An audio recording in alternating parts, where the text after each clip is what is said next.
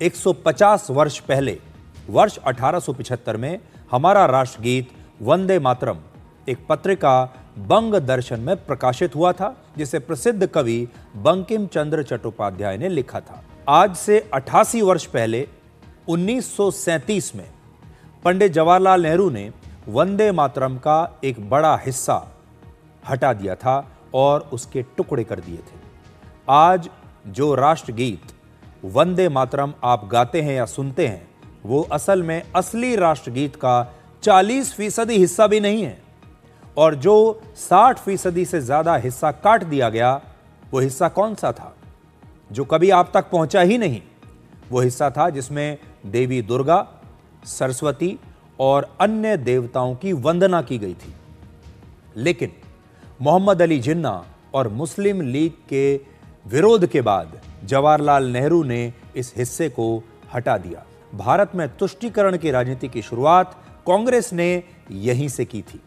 जो पंक्तियां हटा दी गईं वो हैं, त्वम ही दुर्गा दश प्रहरण धारिणी, कमला कमल दल विहारिणी, वाणी विद्यादायिनी नमामि त्वाम, नमामि कमलाम अमलाम अतुलाम, सुजलाम सुफलाम मातरम वंदे मातरम।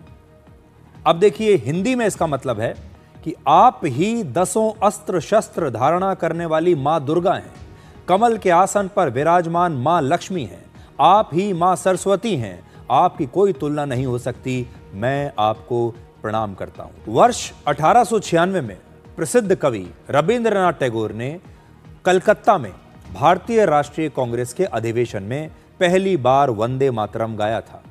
आज इस शहर का नाम कोलकाता है, तब इसे कलकत्ता कहते थे, और यह पहला मौका था जब यह गीत राष्ट्रीय स्तर पर गाया गया, जिसे सुनकर वहां सभा में मौजूद हजारों लोगों की आंखों में आंसू आ गए थे। इसके बाद अगले 27 वर्षों तक इस गीत पर किसी न किसी तरह का कोई ना कोई विवाद जो है नहीं रहा।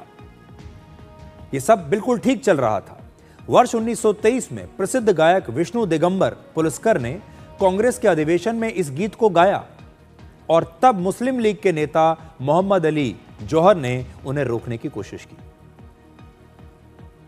फिर 1937 में कांग्रेस ने मुस्लिम लीग और मोहम्मद अली जिन्ना के विरोध के बाद वंदे मातरम के कुछ हिस्सों को हटा दिया, और कांग्रेस में जब यह फैसला लिया गया, कांग्रेस पार्टी में, तब जवाहरलाल नेहरू कांग्रेस के अध्यक्ष थे।